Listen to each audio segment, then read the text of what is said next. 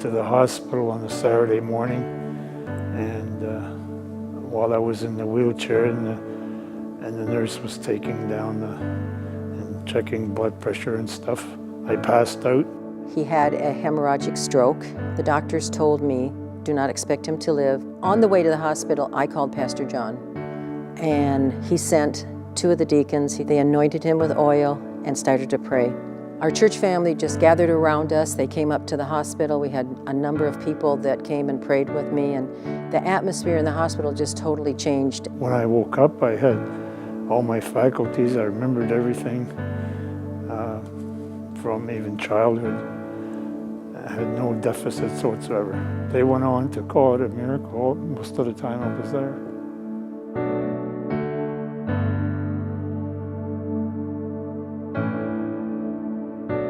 When I was between the ages of 9 and 12, I was sexually abused, and so it set me up for a very destructive life.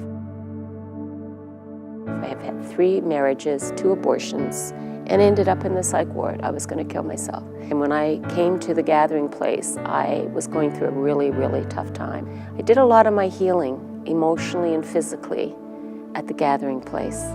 I will look up, for there is none above you. I will bow down to tell you that I need you, Jesus, Lord of all. Jesus, Lord of all. Recently I went through cancer. This church was here for me, praying for me. And I mean this, if it wasn't for this church, I don't think I'd be alive. I really don't. I really believe this church saved my life. And not only that, but it's equipped me now in the agency I run. Like, we service about 100,000 people a year. That's the fruit of this church.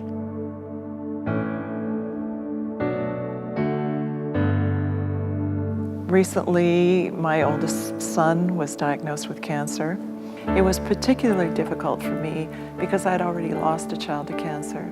I flew out to Victoria to be with him because that's where he lives. He's got 2 small children.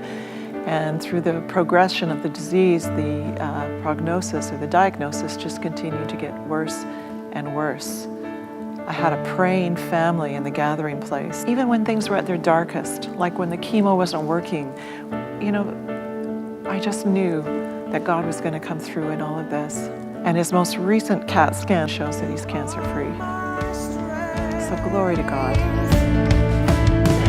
I will look up, for there is none above you.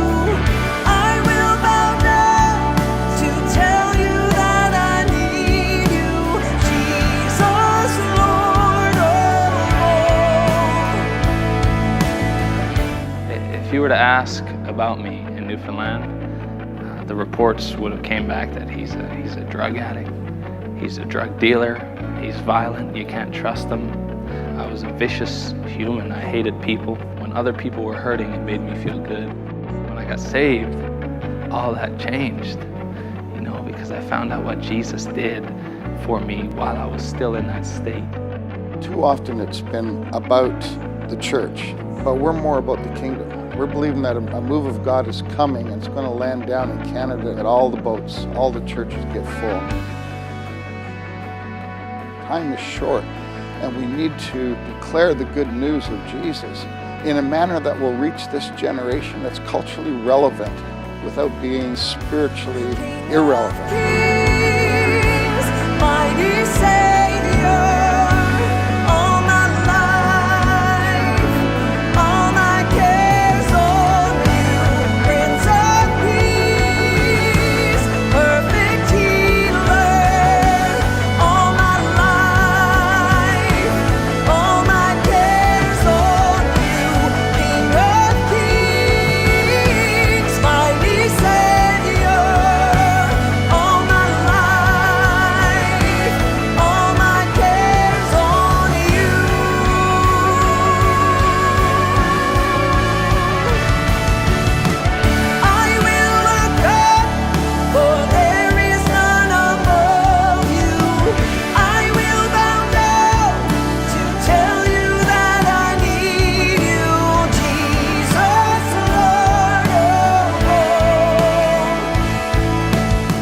Lord. ask you, whoever's viewing, to look sincerely at the lives and the testimonies you see from this place. We're told in the Bible to judge by the fruit.